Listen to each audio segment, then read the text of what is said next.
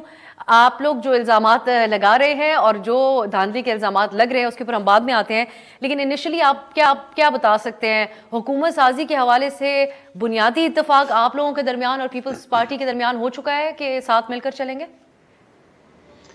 بسم اللہ الرحمن الرحیم. دیکھیں بالکل ہماری طرف سے تو وہ جو بیانیہ اسپیچ میں نواز شریف صاحب نے دیا اسی کو ہم آگے لے کے بڑھ رہے ہیں. ہم سمجھتے ہیں کہ کیونکہ کوئی بھی ایک جماعت جو ہے وہ اس لیول پہ نہیں اس نے سیٹس لیں کہ وہ اپنی حکومت بنا سکے, تو یہ کولیشن کا ہی میکنزم سے حکومت جو ہے وہ بنے گی. تو اس کے لیے ہم بالکل مشاورت میں ہیں اور ضرور اس میں سے جو ہے کوئی سلوشن نکلے گا اور مل کے کوئی کولیشن کا جو ہے وہ میکنزم طے ہو جائے گا. تو ان قریب میرے خیال سے ہر جماعت اپنی انٹرنل بھی ایک سلسلہ لے کے چل رہی ہے بات چیت کو, اور ود امنگس پارٹیز بھی جو ہے یہ مشاورت چل رہی ہے, تو جلد اس پہ فیصلہ ہو جائے.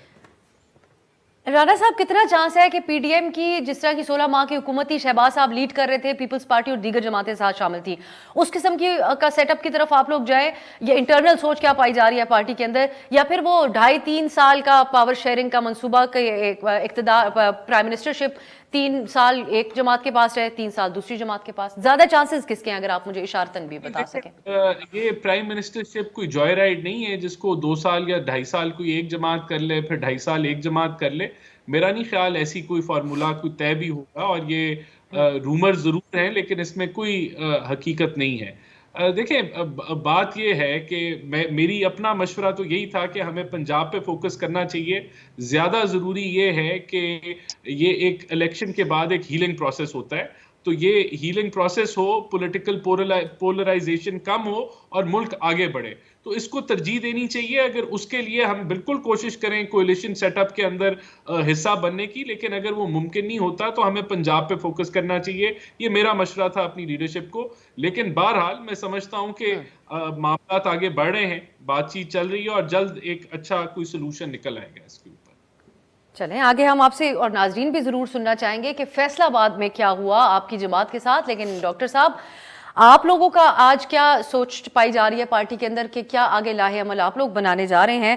ریگنگ کے الزامات تو جو آپ لوگوں کی طرف سے لگائے گئے وہ بہت ساری چیزیں ہیں جو میڈیا کے اندر بھی بہت انداز میں رپورٹ ہوتی رہی, لیکن آج ایک بات جو کاکڑ صاحب نے بھی کہی ہے, پرائم منسٹر کے کیئر ٹیکر, وہ کہتے ہیں کہ اگر اس طرح کی ریگنگ ہوتی تو خرم دستگیر صاحب ہیں, رانا ثناءاللہ ہیں, سعد رفیق ہیں, بڑے اسٹرانگ کینڈیڈیٹس ہیں اپنی پارٹی کے, تو وہ پھر نہ ہارتے. اگر ریگنگ ہوتی تو ادھر بھی ان کو اچھے نتائج, مثبت نتائج مل رہے ہوتے. بسم اللہ الرحمن الرحیم. دیکھیں اگر ریگنگ نہ ہوتی تو میاں نواز شریف صاحب نہ جیتے ہوتے, اور ریگنگ نہ ہوتی تو اس وقت ان کے پاس 15 سے 20 سے زیادہ سیٹیں نہ ہوتی. اگر ریگنگ نہ ہوتی تو یہ کسی کو منہ دکھانے کے لائق نہ ہوتے, اور اگر ریگنگ نہ ہوتی تو آج جہانگیر ترین کے ساتھ, پرویز خٹک کے ساتھ یہ بھی استعفیٰ دے رہے ہوتے ہیں. یہ سارے سیاست چھوڑ گئے. غیرت دکھائی ہے ترین صاحب نے آپ کے خیال میں؟ میں سمجھتا ہوں کہ ترین صاحب نے ایک اچھا فیصلہ کیا ہے. I think that was an honourable exit.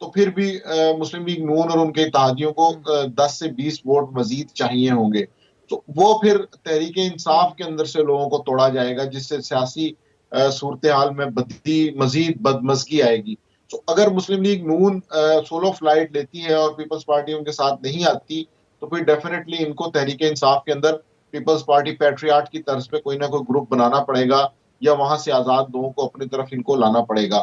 تو اس لیے ابھی یہ جو 3 سینیریوز ہیں ان کے اندر مسلم لیگ نون اور پیپلز پارٹی کی اتحادی حکومت یہ نمبرز گیم کے حوالے سے سب سے پریکٹیکل ہے. اگر یہ نہیں ہوگا تو پھر تحریک انصاف کے اندر ایک مزید فارورڈ بلاک بننے کا سلسلہ شروع ہو جائے گا اور پھر لوگوں کی وفاداریاں تبدیل کی جائیں گی. تبدیل یہ خدشہ ابھی بھی آپ کہتے ہیں موجود ہے، حالانکہ ڈاکٹر صاحب نے اچھے خاصے سخت الفاظ میں ان کو متنبع کیا تھا. رانا صاحب، آپ جو خرم دستگیر صاحب بات کر رہے ہیں اور بڑی ریئلسٹک اپروچ وہ اپناتے ہیں، اس میں ان کے مخالفین بھی کئی دفعہ اس بات سے اتفاق کرتے ہیں. انہوں نے کہا کہ نئے ووٹر کو ہم مائل نہیں کر سکے، بڑا گریسفلی انہوں نے ایکسیپٹ کیا کہ یہاں ہمارے پوائنٹ پہ خامی رہی. کیا وجہ بنی کہ جی ٹی روڈ کی مسلم لیگ نون کا گڑھ جو پنجاب ہے اس کے اندر اتنی ویک پوزیشن کے اوپر آپ لوگ خود بھی لگتا ہے کہ تصور نہیں کر رہے تھے کہ آپ لوگ ہوں گے؟ کیا یہ وجہ بھی ایک ہے کہ جس قسم ایک طرف نئے ووٹر کو مائل کرنے کی باتیں ہیں، دوسری طرف وہی پرانے طریقہ کار جیسا کہ اپنی پارٹی کے لوگوں کو ٹکٹ نہ دینا، فیصلہ آباد میں آپ کو نہیں دیا گیا، راجہ ریاض صاحب کو جو ہے وہ نوازنے کی کوششیں وہاں پر ہوئی، فائدہ نہیں ہوا. دوسری طرف ہم نے ایک NA54 راولپنڈی میں بھی ایک جگہ پہ ایسا پیٹرن دیکھا جہاں پر پارٹی نے جن کو ٹکٹ نہیں دیا، حالانکہ وہ نون لیگ کے نوجوان ورکر تھے، لیکن انہوں نے آزاد الیکشن لڑا اور جیت کے غلام سرور خان کو وہاں سے شکست دی. سو جو پی ٹی آئی مخالف ووٹ ہوگا وہ بھی بے شک وہاں سے پی ٹی آئی کی آزاد کینڈیڈیٹ کو بھی ملا ہوگا، لیکن جو مسلم لیگ نون کا ورکر تھا اس نے مخالف رہے غلام سرور صاحب، جس قسم کے بیان وہ نواز شریف صاحب کے حوالے سے دیتے رہے تو انہوں نے بھی پریفر کیا اس آزاد امیدوار کو جس کو نون نے ٹکٹ نہیں دیا تھا. یہ آپ کی پارٹی کی اپنی پالیسیز ہے یہ ٹکٹ تقسیم کرنے کے حوالے سے یا لوگوں کو اٹریکٹ نہ کر پانے کے حوالے سے؟ کیا یہ وجہ نہیں بنی اور آپ لوگ میڈیا کے اوپر سارا الزام لگا رہے ہیں؟ دیکھیں اب ٹکٹ کی تقسیم بھی ایک فیکٹر ہے. میں نے تھوڑا سا ریزلٹ سٹڈی کیا فیصل آباد کا، تو وہاں میں نے یہ دیکھا ایک تو ووٹر ٹرن آؤٹ چند کوئی 4-5% سے کم ہے کافی سیٹس کے اوپر پچھلے 2018 کے الیکشن سے، لیکن اس کے اندر جو پی ایم ایل این کا ووٹ بینک ہے وہ ہم ریٹین نہیں کر سکے. ہمیں 2018 کے ریزلٹ سے کم ووٹ پڑے پی ایم ایل این کے، میں ووٹ بینک کی بات کر رہا ہوں، جبکہ پی ٹی آئی نے اپنا جو ووٹ بینک تھا وہ یا جو انڈیپینڈنٹ کینڈیڈیٹس ہیں انہوں نے مینٹین کیا. تو اس کا مطلب یہی ہے جو لگ رہا ہے کہ پی ایم ایل این کے جو ورکرز تھے انہوں نے الیکشن کو ذرا ایزی لیا اور وہ سمجھ رہے تھے کہ یہ ایک آسان الیکشن ہے، اور یہ شاید ایک وجہ بنی میرے خیال سے. باقی بالکل ایک ریاکشن ہوا، انڈیپینڈنٹ کینڈیڈیٹس نے کافی ووٹ لیا اور اس چیز کو ایڈمٹ کرنا چاہیے. باقی دیکھیں فیصل آباد کے اندر کافی بڑا سیٹ بیک ہے. آئی ایم شیور جو ہماری لیڈرشپ ہے وہ بیٹھ کے بڑی ڈیٹیل میں دیکھے گی کہ ٹکٹنگ سے لے کے کون کیوں نہیں ووٹ بینک ہم نکال سکے، کیوں نہیں پی ایم ایل این کا جو ووٹر ہے ہم 2018 سے کے کمپیریزن میں زیادہ کیوں نہیں جو ہے وہ ٹرن آؤٹ کر سکے. تو یہ بہت سارے فیکٹرز ہیں جن کو اسٹڈی کرنے کی ضرورت ہے، ہم ضرور کریں گے اور اگلی دفعہ انشاءاللہ بہتری کی جو ہے وہ کاوش کریں گے. اور رانا صاحب، آپ یہ جو صحافیوں کے حوالے سے اٹیکس ہو رہے ہیں، مسلم لیگ نون کے آفیشیل پیج سے بھی تنقید، میں نے ایک پیغام تو پڑھ کے آغاز میں سنا دیا، لیکن بہت ساری ایسی باتیں ہیں اور ایک طوفان بدتمیزی ہے. سو آپ جن صحافیوں کے ساتھ سولیڈیرٹی کا اظہار پی ٹی آئی کے دور میں کرتے تھے، آج ان کے اوپر بکے ہوئے ہونے کے باقاعدہ الزامات ہیں جن کو مسلم لیگ نون کا آفیشیل پیج ری ٹویٹ بھی کر رہا ہے. تو آپ اس کی مذمت کرتے ہیں؟ نہیں دیکھیں اب سب بات یہ ہے کہ پہلے تو 2-4% کے ریزلٹ کے اوپر ایک ہوا بنانا، وہ ہم سمجھتے ہیں کہ اس کی ضرورت نہیں تھی. چیزوں کو ہولڈ کر کے رکھنے کی ضرورت تھی. پہلے سے ہی کسی کے حق میں باتیں کر دینا اور دوسرا انڈیپینڈنٹس کو سیگریگیٹ نہ کرنا کہ کتنے پی ٹی آئی بیک تھے اور کتنے نہیں تھے. اور پھر دیکھیں بات یہ کہ فارم 47 جو ہے وہ پی ایم ایل این کے کینڈیڈیٹس نے تو نہیں ایشو کی ہے نا، اس سے تو ہمارا کوئی لینا دینا نہیں ہے. اور اگر کہیں اعتراضات ہیں کوئی ریگنگ کے تو ہم اس کو بالکل ان کے پاس رائٹ ہے. وہ جو وکٹری سپیچ ہوئی تھی وہ انہی ریزلٹس کی بیسس کے اوپر ہوئی تھی، پھر وہ وکٹری سپیچ بھی میاں صاحب کو اس ٹائم نہیں کرنی چاہیے تھی. دیکھیں جو وکٹری سپیچ ہوئی تھی وہ 24 گھنٹے بعد ہوئی تھی، اور اس کے اندر ہم نے یہ نہیں کہا تھا کہ ہم نے کلین سویپ کر دیا. ہم نے کہا تھا P M L N single largest party کی طرح ابری ہے، اور یہ حقیقت ہے کیونکہ انڈیپینڈنٹس کسی جماعت کے تو نہیں ہیں. بہرحال اگر ان کے پاس سمبل ہوتا تو ہم یہ کہہ سکتے تھے، لیکن وہ نہیں ہے. تو P M L N national assembly میں بھی اور پنجاب میں بھی جو ہے وہ سنگل لارجسٹ پارٹی ہے. تو اس بیسس کے اوپر جو ہے وہ وکٹری سپیچ کی گئی تھی. لیکن میں ڈاکٹر صاحب ضرور کچھ کہنا چاہیں گے. جی میں رانا صاحب میں یہ بات آپ مکمل کر لیں. جی دیکھیں بات یہ ہے کہ اگر کسی کو شک ہے کہ کوئی دھاندلی ہوئی ہے یا کچھ ہوا ہے، وہ جائے ایویڈنس لے کے جائے، الیکشن ٹریبیونلز میں جائے، وہ کورٹس میں جائے، ہم اس کو سپورٹ کرتے ہیں. لیکن یاد رہے کہ یہاں بہت پروپیگنڈا رہا ہے. 35 پنکچر یاد ہونے چاہیے کتنا وہ جھوٹا پروپیگنڈا تھا. معذرت بھی نہیں کی، پھر 4 حلقے کھلوائے، اس سے بھی کچھ نہیں نکلا. تو جو اگر کہیں ہوا ہے تو وہ غلط ہوا ہے. پی ایم ایل این کی یہ روایت نہیں ہے. چلیں میں چلیں میں آگے لے کے چلتی ہوں. میں ڈاکٹر صاحب یہ جو بات ہے کہ آپ کے لوگ جو فارم 45 بھیجتے رہے، یک طرفہ رپورٹنگ میڈیا نے کی، یہ الزام میڈیا کے اوپر لگا. ایک اور الزام بھی لگ رہا ہے کہ پاپولسٹ ہو چکا ہے پاکستان کا میڈیا. کچھ لوگ کلٹ کا لفظ بھی استعمال کرتے ہیں جو کئی دفعہ آپ کے مخالفین آپ کے فالوور کے حوالے سے بھی استعمال کرتے ہیں. تو کہا یہ جا رہا ہے کہ آپ لوگوں کی ٹرولنگ سے ڈرتے ڈرتے صحافی اس طرف آ گئے کہ اب وہ جو ہے وہ اس طرح کی پوزیشن اپناتے ہیں جو ہم پی ٹی آئی کو پسند آئے، اور پھر اب آخرکار ہم نون لیگ کے ٹرولز کی گالیوں کا نشانہ بھی بن گئے. دیکھیں ہم تو ایسا کرتے ہیں نا، وہ جس کو کلٹ کرتے ہیں ہم اس کو عشق کہتے ہیں. وہ کہتے ہیں کہ آپ عمران خان کے کلٹ میں ہیں، ہم کہتے ہیں ہم عمران خان کے عشق میں مبتلا ہیں. اب آپ ان کی نظر ہے، ایک آدمی کھڑکی سے کیچڑ کو دیکھتا ہے، ایک آدمی کھڑکی سے نیچے کیچڑ کو دیکھتا ہے، دوسرا آدمی اسی کھڑکی سے آسمان کو دیکھتا ہے. اپنی اپنی نظر ہے، اپنی اپنی سوچ ہے. ان کے قائد ان کی جماعت کے بھی اپنی اپنی بات ہے نا، اپنی اپنی سوچ ہے. انہوں نے بات کی کہ وہ سب سے بڑی پولیٹیکل جماعت ہے. وہ بالکل صحیح کہتے ہیں. میرے خیال میں سب سے بڑی پولیٹیکل جماعت ایز آف ٹوڈے، جیسے رانا صاحب کہہ رہے ہیں، وہ تو کے پی میں ایک جماعت علماء اسلام ہے. ان کو بھی وکٹری اسپیچ کرنی چاہیے 7 سیٹوں کے ساتھ کہ جی ہم سب سے بڑی پولیٹیکل جماعت ہیں. وہ خدا کے بندے ہو. اچھا اس کے بعد پھر بات ہوئی کہ انہوں نے کہا کہ میں نے ریسرچ کی ہے. رانا صاحب ریسرچ کرنے کے لیے سب سے پہلے آپ نے دیکھنا ہوتا ہے کہ فیکٹر کیوں تھا.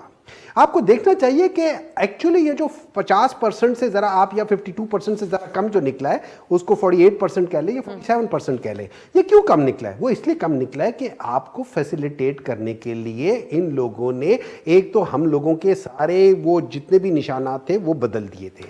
ہم ایک ایک کینڈیڈیٹ ایک ایک حلقے میں ہمارے 2 مختلف نشانات تھے.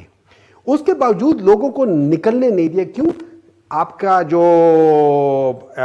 انٹرنیٹ تھا بند تھا، آپ کا جو گوگل سسٹم تھا وہ بند تھا. کسی کو کیا پتا کہ اس کا کس جگہ پہ وہ ہے. لیکن اس کے باوجود پاکستان تحریک انصاف نے محنت کی. ان کے ایک ایک ورکر نے محنت کی، اس کے ایک ایک ووٹر نے، ایک ایک سپورٹر نے محنت کی.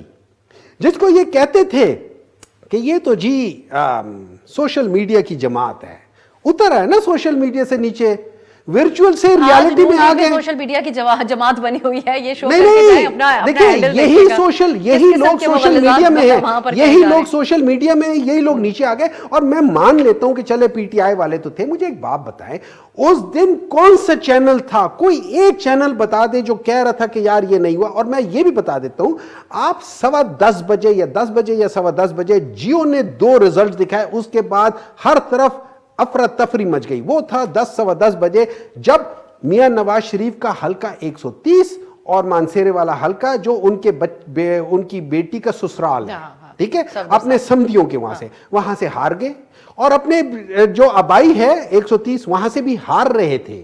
تب ان کو سمجھ آ گئے کیا کرے. انہوں نے فوراً جا کے ادھر ادھر فونیں کی، سب کی ہوائیں اڑی ہوئی تھی. اس کے بعد کیا ہوا کہ ایک شخص اپنے آفس سے بغیر پروٹوکول کے نکلا، اس نے جا کے گہری نظر ڈاکٹر صاحب نے رکھی ہوئی تھی اس دن ان کی نہیں ایکٹیویٹی کے اوپر. لوگ آپ لوگ ہی وہ کر رہے تھے نا، ہم تو اس لحاظ سے کر رہے تھے. ہم نے اسی چیز کو دیکھا. اچھا اس کے بعد ایک دم چینج ہو گئے، سب چیزیں سٹاپ ہو گئی. اچھا صبح 4 بجے تک پی ٹی آئی ہر حلقے میں جیت رہی تھی، اور ایک 2 3 ووٹ سے نہیں، 25 30 ہزار ووٹ سے جیت رہی تھی. لیکن اس کے بعد وہ ہو گیا اور ان کو ریسکیو کرنے کی کوشش کیا، لیکن بڑی دیر کی مہرباں آتے آتے، ٹھیک ہے، خاک ہو گئے یہ تم سب کو خبر ہونے تک.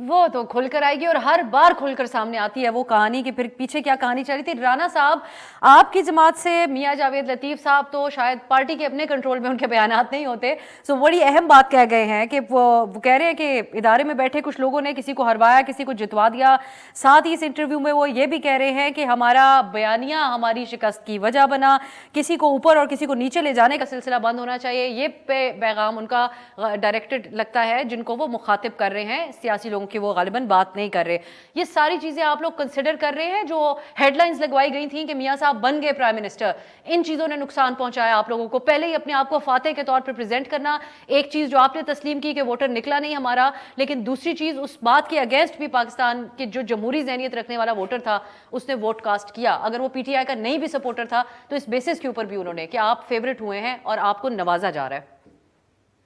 دیکھیں, جو جاوید لطیف صاحب نے بات کی وہ تو ان سے وہ بہتر بتا سکتے ہیں کہ وہ کس ریفرنس سے وہ بات کر رہے ہیں اور ان کو کیوں ایسا لگ رہا ہے. بہرحال دیکھیں, بات یہ کہ میں نے تو پہلے آپ کو کہا کہ اگر کسی کو لگتا ہے کہ کسی کا مینڈیٹ چھینا گیا ہے تو یہ سب سے پہلی بات تو یہ, اگر یہ حقیقت ہے تو یہ بالکل غلط ہے اور ایسا نہیں ہونا چاہیے, اور یہ جمہوری روایت کو یہ دفن کرنے کی بات ہے.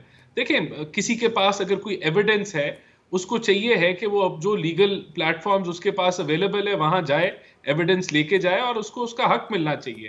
پی ایم ایل این کی یہ روایت نہیں ہے کہ وہ کسی کا مینڈیٹ چھین کے اس کے اوپر بیٹھے یا الیکشن چوری کرنے کی کوشش کرے. نہ ہم نے ایسا کیا ہے, نہ ہماری, تو یہ میں تو یہی کہوں گا یہ ای سی پی کا کام ہے.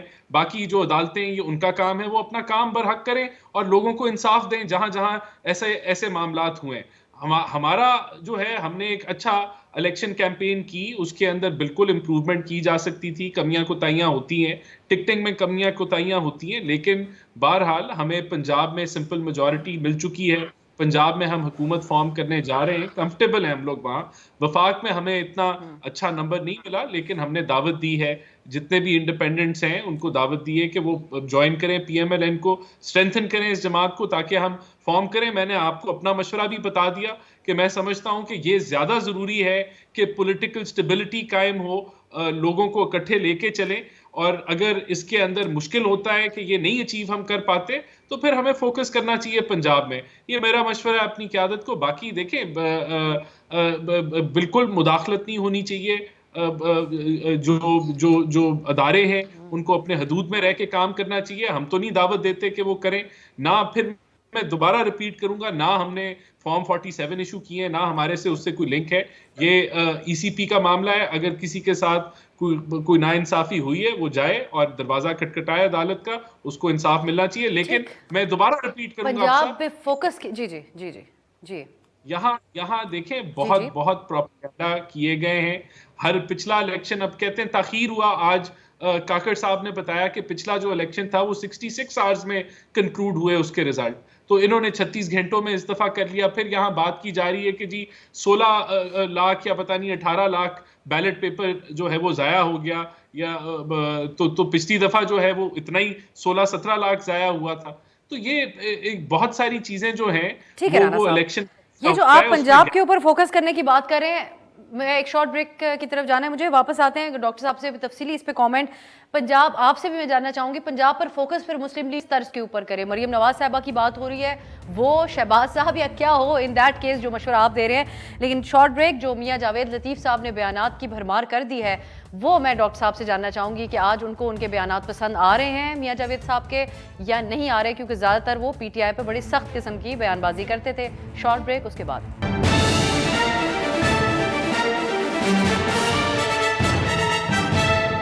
بریک کے بعد خوش آمدید. جو بیانات اب آ رہے ہیں مسلم لیگ نون کی طرف سے, ان کے رہنماؤں کی طرف سے, وہ بالکل مطابقت نہیں رکھتے اس کانفیڈنس کے ساتھ اور اس بیانیے کے ساتھ جو انتخابات سے پہلے تھا. ڈاکٹر ہمایوں صاحب, انقلابی آواز اٹھ گئی ہے مسلم لیگ نون میں سے, اور میاں جاوید صاحب پرانے والے میاں جاوید لطیف صاحب بن کے اب بیانات دے رہے ہیں. اور جو میں پہلے حوالہ دے رہی تھی کہ ان کا تھوڑی دیر پہلے ایک انٹرویو چل رہا تھا ARY پہ, وہ اس میں کہہ رہے ہیں کہ تمام جماعتوں کے امیدواروں کے نتائج بدلے گئے. تمام سے مراد ہے آپ کے آزاد انڈیپینڈنٹس کی بھی وہ بات کر رہے ہوں گے. دوبارہ سوچنا ہوگا کہ اداروں کو کہ وہ غیر مقبول کیوں ہو جاتے ہیں, اور ساتھ ہی وہ بھی کہتے ہیں کہ پی ٹی آئی کو جس طرح ووٹ پڑے ریاست کے لیے یہ الارمنگ ہے. سو یہ تو میاں جاوید صاحب جو بات کر رہے ہیں لیکن اب یہ ایک جو سوچ وہ لوگ پیدا کر رہے ہیں کہ زیادہ تر جو ووٹ اگینسٹ بھی گیا مسلم لیگ نون کے وہ آپ کے اینٹی اسٹیبلشمنٹ بیانیے کی وجہ سے آپ کی طرف چلا گیا. دیکھیں اس طرح ہے کہ ابھی ہم پہلے بھی بات کر رہے تھے کہ جو ووٹوں کی تعداد کم پڑی ہے, یہ یاد رکھیں کہ ابھی تو کم پڑی ہے بیکاز آف جو جس طریقے سے الیکشن کمیشن نے سارا کیا ہے, لیکن یاد رکھیے اگلے ہر سال 40 سے 50 لاکھ نیا ووٹر آ رہا ہے. یہ وہ ووٹر نہیں ہے جو آپ کے وہ جو ان پڑھ لوگوں کے ساتھ جن سے آپ ووٹ لیا کرتے تھے. اور اس دفعہ جو آپ کہہ رہے ہیں نا وہ یہ ہوا ہے کہ پاکستان تحریک انصاف نے اپنے ووٹ کی حفاظت کی ہے اور ہم نے کوشش کی ہے کہ وہ مردہ لوگ جو قبر سے آ کے ووٹ دیا کرتے تھے وہ نہ آئیں. ٹھیک ہے نا. اب یہ جو میاں جاوید لطیف صاحب جو کر رہے ہیں نا یہ شکوہ کر رہے ہیں. ٹھیک ہے نا. اور یہ کہہ رہے ہیں کہ پی ٹی آئی کو ملے عوام کا ووٹ اور ہم سے صرف وعدائے ووٹ. اب جواب شکوہ آئے گا جہاں یہ شکوہ کر رہے ہیں کہ تم میں کوئی ووٹوں کا چاہنے والا ہی نہیں, عوام تو موجود ہے, جلوہ عمران خان ہی نہیں. یہ جواب نہیں. پھر وہ کہیں گے ہاں تھے تو وہ آبا تمہارے ہی لیکن تم کیا ہو, ہاتھ پہ ہاتھ درے منتظر لوٹا ہو. ارے واہ. یہ چیزیں کہیں گے. اصل مسئلہ یہ ہے کہ یہ لوگ ابھی کمپلین کر رہے ہیں. اور دیکھیں ہمارے اینٹی اسٹیبلشمنٹ نہیں تھا. اگر آپ عمران خان کی ساری وہ آرٹیفیشل انٹیلیجنس کے تحت جو ہے یہ جو بھی ہے, ہم نے کہا تھا آپ نکلو اور ووٹ دو. ہم اس کی بات کریں پچھلے 1.5-2 سال کے اندر جو آپ لوگ عوام کے ذہنوں کے اندر بھرتے رہے. ایک منٹ ہے. ہم لوگوں نے کسی ایک جگہ پہ بھی اسٹیبلشمنٹ کے خلاف بات نہیں کی. دیکھیں do not confuse with establishment. ہم نے کبھی نہیں کی, کسی جگہ پہ نہیں کی. عمران خان نے ہمیشہ کہا ہے کہ یہ اگر ہم اسٹیبلشمنٹ سے مراد آرمی لیتے ہیں, ٹھیک ہے, تو عمران خان نے کہا یہ آرمی بھی میری, یہ ملک بھی میرا, اور یہ آرمی میری جان سے زیادہ امپورٹنٹ ہے. لیکن ہاں انڈیویجولی ہم نے جو جنرل پاشا صاحب ہیں, ہم نے ان کے باجوہ صاحب, جنرل باجوہ صاحب ہیں, ہم نے ان کی رائے سے اختلاف ضرور کیا ہے. ان کی رائے سے اختلاف کیا ہے کہ انہوں نے خود کہا تھا. ڈاکٹر صاحب ٹھیک ہے, اب دوسرے جو موجودہ چیف صاحب ہیں ان کی اپوائنٹمنٹ رکوانے کے لیے نہیں ہم نے کچھ نہیں کیا, ہم نے کچھ نہیں کیا کسی جگہ پہ. عمران خان کا بیان تھا کہ ہمیں جو مرضی بن جائے ہمیں اس سے کوئی لینا دینا نہیں. یہ پی ایم ایل این نے خود وہ سارا کیا ہوا ہے. دیر از نو ٹسل between Pakistan Tehreek Insaf is and establishment is such. No. چلیں اب یہ آپ کہہ رہے ہیں, لیکن چلیں نظامی صاحب یہ جو میاں جاوید صاحب باتیں کر رہے ہیں یہ واقعی یہ ایک شکوہ ہے جو وہ میڈیا کے اوپر جو کل پرسوں سے غصہ اتار رہے تھے اس کے بجائے اب اصل جگہ پہ یہ شکوہ انہوں نے پہنچانا شروع کر دیا ہے. اور اس شکوے کا جواب شکوہ کس قسم کا آ سکتا ہے؟ ڈاکٹر صاحب نے تو بتایا کہ کیسا جواب آنا چاہیے, لیکن کوئی سخت جواب بھی آ سکتا ہے. جی مجھے تو لگتا ہے کہ اسٹیبلشمنٹ کا تحریک انصاف سے محبت کا رشتہ تھا اور مسلم لیگ نون سے مجبوری کا رشتہ ہے. تو وہ مجبوری کا رشتہ جتنا نبھایا جا سکتا تھا وہ نبھایا گیا, لیکن جو پیار محبت لاڈ تحریک انصاف کے حصے میں آئے وہ مسلم لیگ نون کو توقع نہیں کرنی چاہیے. اور مسلم لیگ نون کا میرا خیال ہے کہ ان کو اپنی تنظیمی کچھ غلطیوں کے اوپر بھی دیکھنا چاہیے. اندرونی طور پہ انہیں اپنی حکمت عملی کا بھی جائزہ لینا چاہیے, کیونکہ وسطی پنجاب جو کہ مسلم لیگ نون کا سٹرانگ ہولڈ سمجھا جاتا ہے اس میں گزشتہ 3 الیکشن سے مسلم لیگ نون کی سیٹیں کم ہوتی جا رہی ہیں. 2013 اس کے بعد 2018 پھر 2024 تو یہ 88 سے 48 اور پھر 37 پہ یہ معاملہ پہنچ گیا ہے. تو اس کا مطلب یہ ہے کہ ان کا جو سٹرانگ ہولڈ تھا, پہلے مسلم لیگ نون 3 صوبوں کی بجائے ایک صوبے پہ زیادہ توجہ دیتی ہے, اور جس ایک صوبے پہ وہ زیادہ توجہ دیتی تھی وہاں پہ بھی اب اس کے پاؤں سے زمین نکل رہی ہے. تو اس لیے میرا خیال ہے کہ اسٹیبلشمنٹ سے شکوے شکایت کے ساتھ ساتھ مسلم لیگ نون کو اپنی حکمت عملی کے اوپر بھی تھوڑا سا اثر نو غور کرنا ہوگا, کیونکہ شاید اب وہ بات نہیں رہی کہ آپ کسی گاؤں میں یا کسی شہر میں کسی برادری کے بڑے سے بات کر لیں, کسی دھڑے کے اہم شخص سے بات کر کے ساری چیزیں کر لیں. اب آپ کو انفرادی طور پر ووٹر کے ساتھ کنیکٹ کرنا پڑے گا, چاہے وہ کسی بھی بنیاد پر ہو اور اس کے حوالے سے جو بھی چیز سامنے ہے, لیکن اب انڈیویجولی آپ کو ووٹر کو انگیج کرنا پڑے گا. کرنا پڑے گا. اور اسی کا دعویٰ پی ٹی آئی کرتی تھی کہ ہم نے اپنے ووٹر کو کافی ایجوکیٹ کر دیا ہے اس ووٹ کے حق کے حوالے سے. رانا صاحب اب آخر میں آپ یہ کہیے, آپ نہیں سمجھتے کہ آپ کی پارٹی کو اگر وہ اس کیمپین کے دوران اور اس سے پہلے پی ٹی آئی کے اوپر ہونے والا کریک ڈاؤن تھا, کس حد تک درست تھا, کس حد تک غلط تھا, اس کو کی اونرشپ نہیں لینی چاہیے تھی, اس سے لا تعلقی کا اظہار کرنا چاہیے تھا, فاصلہ اختیار کرنا چاہیے تھا, بجائے اس کے کہ آپ کی لیڈرشپ اپنے جلسوں میں کھڑے ہو کے ان کو دہشت گرد جماعت قرار دیتی اور ان کے اوپر پابندی لگانے کے مطالبے کرتی رہتی؟ یہ دیکھیں, پی ٹی آئی نے ہمارے پہ ایک الزام لگایا کہ ہم ہم آئینی طریقے سے تھے, لیکن انہوں نے الزام لگایا کہ ہم ایک امریکن کنسپریسی کا حصہ تھے. پھر انہوں نے ہمیں پن پوائنٹ کر کے للکار پہ انہوں نے کیا کچھ نہیں کہا. پھر میر جعفر, میر صادق اور پھر مئی 9 کو بھی جو ہے یہ ہمیں رسپانسبل ٹھہراتے ہیں. تو میں سمجھتا ہوں کہ جب تک پی ٹی آئی ان چیزوں کا اعتراف نہیں کرتی کہ یہ جھوٹ تھا, پروپیگنڈا تھا, میں سمجھتا ہوں ہم کیسے ان سے سمپتھائز کر سکتے ہیں. یہ ہمیں مئی 9 جو انہوں نے کرایا, جن کے لیے اندر یہ ملوث تھے, انہوں نے عوام کو گمراہ کیا, جس کے لیے یہ رسپانسبل ہیں, وہ ہمیں ذمہ دار ٹھہراتے ہیں.